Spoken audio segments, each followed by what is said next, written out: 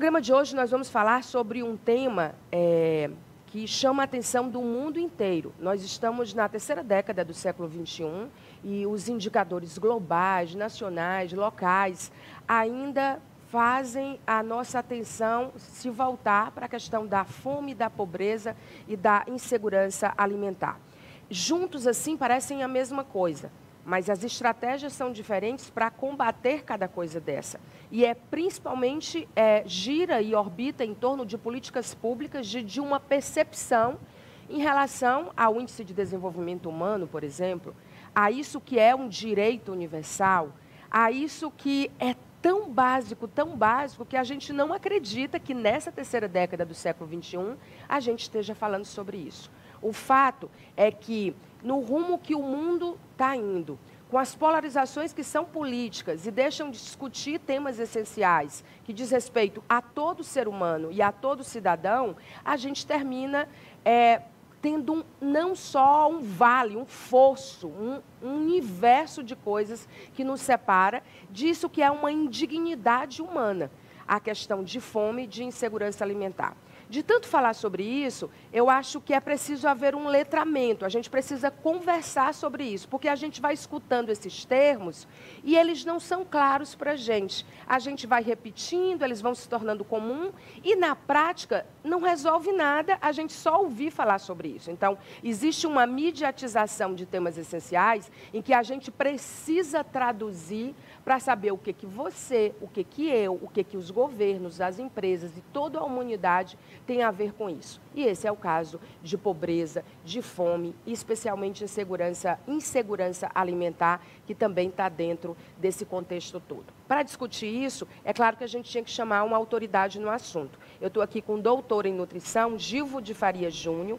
Ele, além de doutor em nutrição e saúde pública pela Faculdade de Saúde Pública, ele é mestre e graduado em nutrição, tem uma experiência e pesquisa voltado como docência, como pesquisador para a área de nutrição, ou seja, ele dorme e acorda pensando em nutrição e está atuando numa área onde há uma escassez de percepção adequada, que é na área da nutrição, mas em relação à insegurança alimentar. Ou seja, a nossa conversa vai ser ótima. Muito obrigada pela sua presença aqui nos nossos estúdios, professor. Eu que agradeço, quero agradecer a Ana, a você, Maia, pelo convite e por essa oportunidade, né, de estar trazendo informação para o seu público.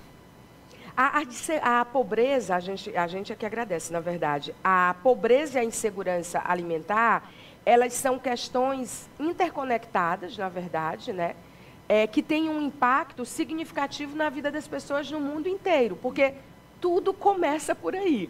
Quer dizer, você nasce e o que é fundamental? O que é a primeira coisa? É você ter comida. Pois é. E você ser saudável, para você impactar vidas, desenvolvimento das cidades. Então, assim, é um direito fundamental. Uhum.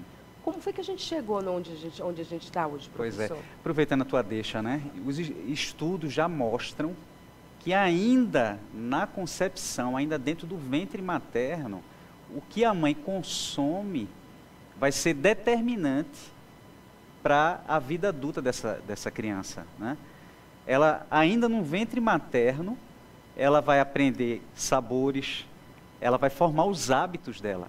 Então, você vê a importância da alimentação adequada, né, Maia? Sim. Aí, aproveitando até uma provocação, né? Tu achas que temos segurança alimentar? Eu, você? Não. Não? Não. Eu acho que ela passa por legislações, por produção de alimentos, sim. por como acesso a esses alimentos, ao que é saudável e o que não é, ao que é privilégio e o que não é, e o que é fundamental para sermos saudáveis, né? Para a gente poder viver. Isso. E viver é estudar, é entregar, é desenvolver, para a gente poder existir, na verdade. Pois é. Aí você vê, né? A Lei 11.346, ela diz, né, que a alimentação adequada é um direito fundamental de todo ser humano, para que ele tenha a dignidade, não é? Para que ele tenha condições de ter os direitos constitucionais, para que ele tenha lazer, para que ele tenha saúde, Tudo começa por aí. Tudo começa por aí, e termina não aí. E aí, por isso que eu te perguntei, né? Será que a gente tem segurança alimentar? E você está certo quando você diz que não, porque se a gente se baseia no conceito de segurança alimentar, veja bem o conceito de segurança alimentar. Todos, o que é segurança alimentar e nutricional? Que todos, independente de cor, nível socioeconômico, escolaridade, todos têm um acesso regular e permanente. A que, Gilvo? A uma alimentação adequada, tanto em qualidade quanto em quantidade.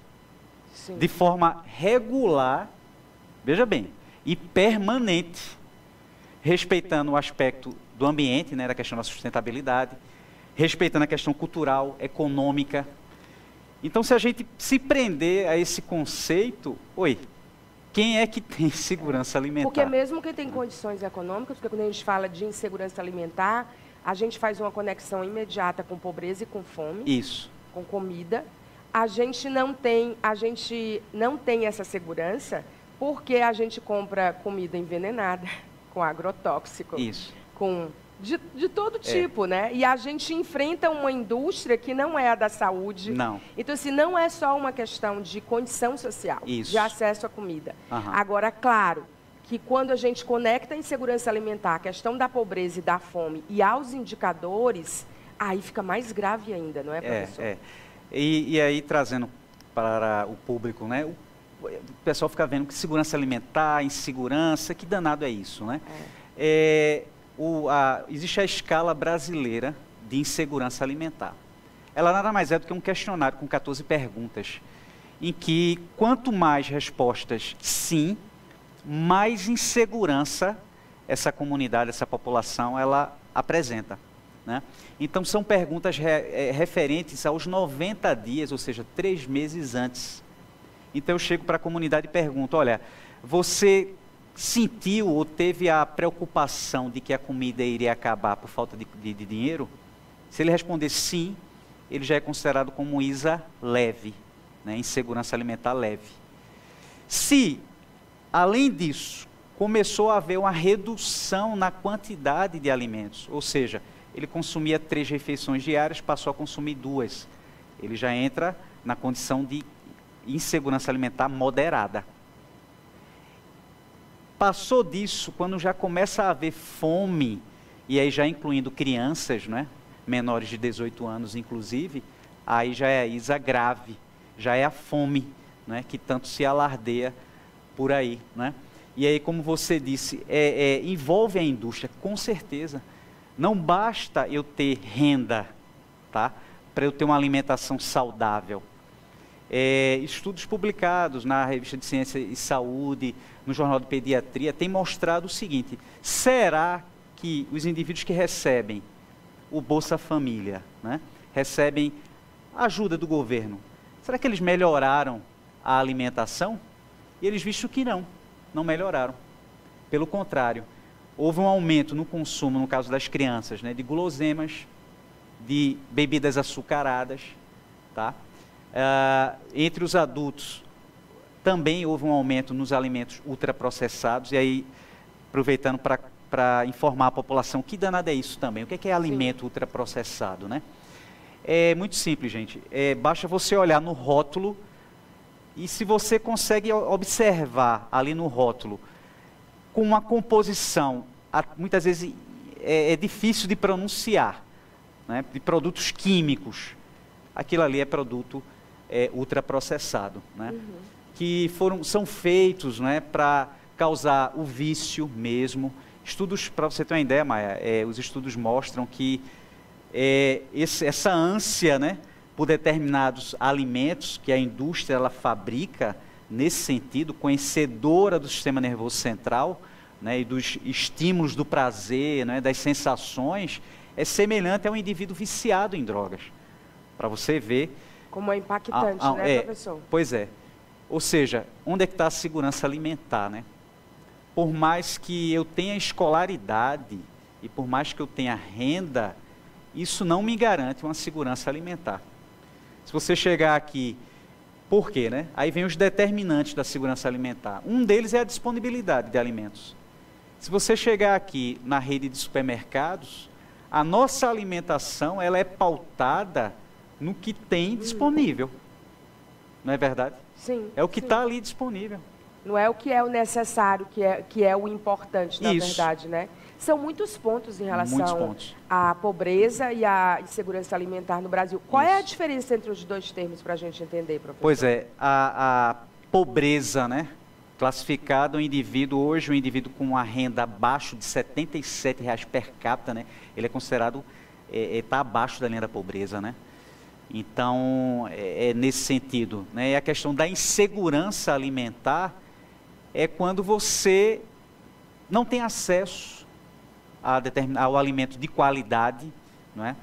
Para atender as tuas necessidades, seja em quantidade e em qualidade também é importante, né? Aí você vê, a gente não atende, não tem acesso ao alimento de quantidade suficiente. Se tivéssemos, não estaríamos com os indicadores tão elevados de obesidade, né? E de sobrepeso. Você vê, Teresina está em torno de 40%, quase 50% de sobrepeso, né? Em obesidade a gente está na casa dos 20%. Então você vê, o Brasil 30%, em torno de 30% de obesidade. Então você vê, a gente não tem realmente, há uma insegurança alimentar, né? Sim, é interessante porque isso a gente já está discutindo no mundo inteiro, né? Particularmente no Brasil, já há algum tempo, com várias políticas públicas que foram implementadas. Se a gente pega os marcadores, por exemplo, a gente lembra do ano 2000, a questão do Plano Real, com os preços que foi já feito de uma economia. A gente, a partir de 2015, teve uma reversão nesse quadro, né? Já que tem a questão do Betinho, né? Também, aquele movimento gigante de combate à fome, que o Brasil inteiro se mobilizou, como globalmente estava todo mundo se mobilizando, né? Em 2017, a pobreza já estava na casa, eu estava olhando, de 27 milhões de brasileiros em extrema pobreza, quase 14 milhões em 2019, né? Que era quando a gente olha para esses números. Em 2020, esse quadro se agrava, 2021, por causa da pandemia, né? Aí fica realmente, totalmente sem controle em relação a isso, pela condição desse cenário pandêmico. Aí o auxílio emergencial criado na pandemia teve um fôlego curto, né? Porque em 2021 a pobreza estava em quase 33 milhões de pessoas por conta da pandemia, né? Aí dessas pessoas aqui, aí eu estava olhando que 18 milhões estavam em extrema pobreza. Aí foi indo, professor. Aí em 2022, véspera das eleições presidenciais, o Auxílio Brasil expandiu a cobertura para 14 milhões. Quando a gente olha para essa linha do tempo aqui, é para você entender como isso é importante, mas ele fica importante em determinados momentos da nossa história no Brasil, né? E que muitas vezes se faz um uso errado ou equivocado em relação a isso. Aí fala do auxílio emergencial, aí fala de outras coisas. O fato é que, em 2 de março de 2023, o Bolsa Família foi recriado, recuperando essa estrutura de benefícios, de desenho que é operativo e de condições que são pensadas, eu não sei se impacta, é por isso que eu estou fazendo essa contextualização tão longa, na questão da educação, da saúde e da assistência social, que foi o que notabilizou esses benefícios anteriores. Nós estamos em que página, estamos indo para onde quando a gente liga esses pontos de benefícios sociais, liga a crise econômica que está tendo no mundo, liga um mundo pós-pandêmico que ainda vai sofrer consequências por pelo menos mais 4 ou 5 anos. A economia no mundo está um caos. E a gente tem pessoas que não têm trabalho, não têm qualificação, não têm educação. Para onde estamos indo? Pois é. Me desculpa o contexto longo, só para a gente poder situar as pessoas. Gente, mas eu estou ouvindo falar nisso há tanto tempo, por que eu falando nisso está falando nisso de novo? Pois é. Maia, aproveitando a tua deixa, o teu apanhado histórico muito pertinente, né? Você vê, eu queria trazer também o seguinte, você falou do Betinho, tudinho, né? O Fome Zero, né? Sim. Quando ele foi criado num ambiente, num contexto altamente favorável, não é? A pujança econômica mundial. Hoje, como você retratou aí, não é? A gente está na bancarrota, né? O mundo, né? guerras, escassez de alimentos, não é? E naquela época houve uma oportunidade única de ser criado, de ser injetado, né, de ser criado políticas estruturais. E estava previsto dentro do programa tanto políticas emergenciais, e aí temos o Bolsa Família, como políticas estruturais também. Né? E o fato do Brasil ter saído do mapa da fome se deve a muitas coisas que foram feitas com muitas décadas de antecedência. Começou em 1990. Pois é, né? Na verdade, o combate à pobreza. Isso. Ele como prioridade numa agenda internacional que terminou pautando outros organismos multilaterais. E aí começou a virar política pública, justamente. Que até hoje a gente não vê esse resultado. Você vê, né? Eu queria citar o Alisson Paulinelli, né? Ele foi, graças a ele, para quem não conhece, ele já faleceu, né?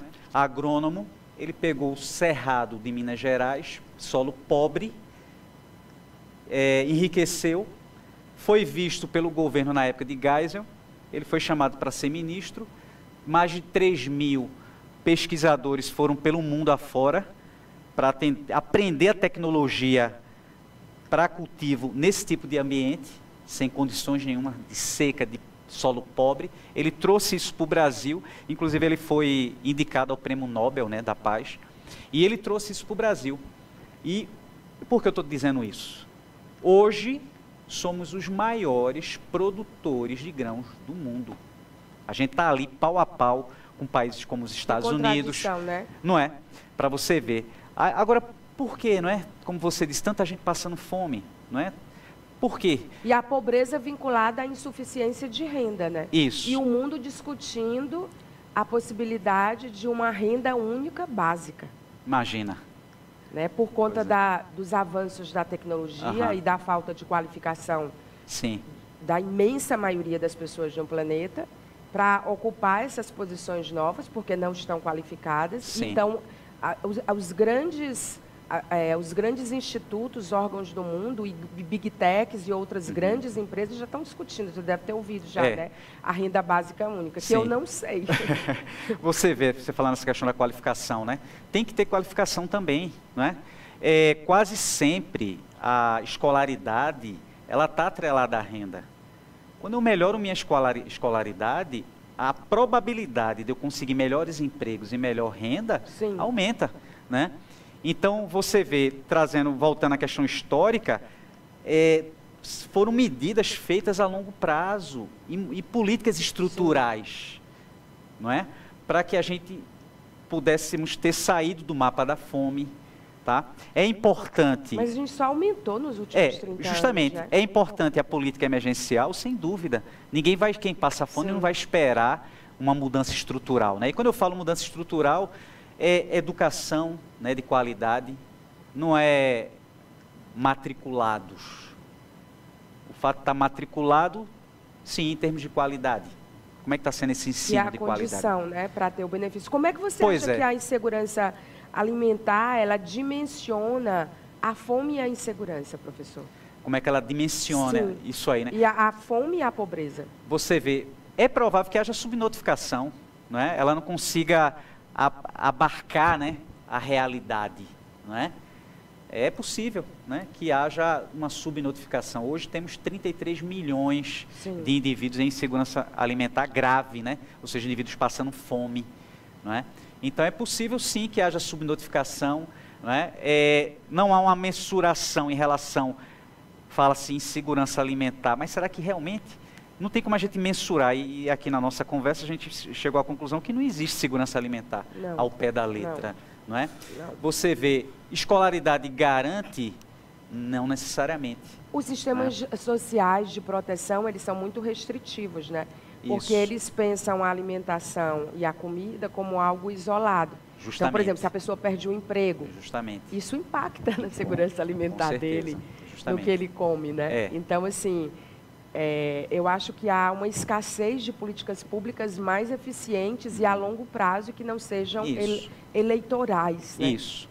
Geração de emprego, né, Maia? Geração de emprego. Sim. É aquela coisa, né? Eu costumo dizer, né, que o indivíduo, a pior forma de escravidão é quando você depende do outro. Concorda? Sim. Trazendo, por exemplo, por que muitas mulheres sofrendo violência, levando para outro assunto, né? Mas para entender, conectado. não é? Não sai. Por quê? Porque ela tem independência financeira, não é verdade? Muitas vezes isso impede dela sair daquela situação de dificuldade, né? E que tudo leva à questão da insegurança. É o que a gente estava falando, tudo gira em torno disso. É uma pobreza que eu acho que ela é multidimensional. Multidimensional, né? Então afeta tudo. Isso. Ela dimensiona a exclusão, desproteção, isso. Entendeu? Do mesmo jeito, e o primeiro impacto é a insegurança alimentar. É a pobreza e a fome. Justamente, do mesmo jeito, o indivíduo que não sai da ajuda, né, do assistencialismo, que eu repito, é importante, mas ele tem que sair desse ciclo. Né? Inclusive a lei, ela diz que é dever do poder público garantir a autonomia, né? Autonomia de viver do indivíduo. Para isso eu tenho que dar renda, eu tenho que dar emprego, né? Para que ele tenha autonomia e não fique o escravo, não fique o eterno dependente. Né? Você veja que impressionante, né? Dados do Ministério do Desenvolvimento Social. Os estados em que os beneficiários de auxílio do governo já supera carteira assinada. Aí você pega Maranhão, Piauí, nessa ordem, né? Amapá, Pará, Paraíba, Acre, Alagoas, Sergipe, Bahia, Amazonas, Pernambuco, Ceará, Rio Grande do Norte. Ou seja, são estados em que a quantidade de beneficiários já supera o número de carteiras assinadas. Então você vê, eu preciso da renda para eu ter acesso à alimentação saudável e adequada. Eu preciso que haja políticas para que esse alimento esteja disponível também. É muito comum o indivíduo, quando vai para a área rural, áreas mais afastadas, ele até tem renda, mas o alimento não está disponível. Por que não está disponível? Às vezes falta energia. O indivíduo que vai comercializar, ele não vai trazer alimentos saudáveis que dependem da energia, que dependem de uma refrigeração. Né? Aí tem a questão do transporte, as nossas rodovias, né, esburacadas, isso também afeta no preço do alimento. Infraestrutura, Infraestrutura, não é? É só isso? Aí vem a questão da utilização. Eu preciso ter saúde para que esse alimento seja aproveitado, para que eu me alimente. É a questão da utilização. Só isso basta? Ainda não. Eu preciso ter o alimento constante, permanente. Aí entra a questão da estabilidade. Todo mundo já sabe os períodos de estiagem, os períodos de chuva. Falta o quê? Falta eu fazer uma política que garanta alimentos independente do clima. Não é verdade? E vai piorar, porque agora também não existe uma definição clara em relação a contextos climáticos, né? Deu a louca no mundo, porque a natureza reagiu, a gente maltratou bastante, e em alguns casos são realmente irreversíveis. O fato que também, só para encerrar nossa entrevista, esse contexto de que empreenda, né? Vá para a tecnologia, eu acho assim que ele tem que ter uma medida, porque quando a gente fala em empreendedorismo nesse século, a gente está falando também numa camada grande de precarização de empregos. As pessoas acham que ser motorista de um aplicativo de carro é ser empreendedor, ou entregar comida em domicílio, porque você tem uma moto, alguma coisa, você está empreendendo. Mas a precarização disso que foi monetizado, mas que o lucro não é dividido, não igualmente, né? Porque o capitalismo não permite isso, mas que pelo menos propiciasse essas pessoas que tivessem um salário digno, uma remuneração digna. Aí vem a questão das tecnologias, que elas são aliadas num contexto em que o fato de serem aliadas vão resultar qualidade de vida para as pessoas, né? Porque quando você fala de trabalho, de tudo, há uma exclusão digital também. Eu sei que o Brasil é um dos países mais conectados do mundo. A gente tem mais de 80% das pessoas conectadas. Mas conectado, que não significa dizer que isso está sendo transformado em qualificação, em trabalho. Conectado.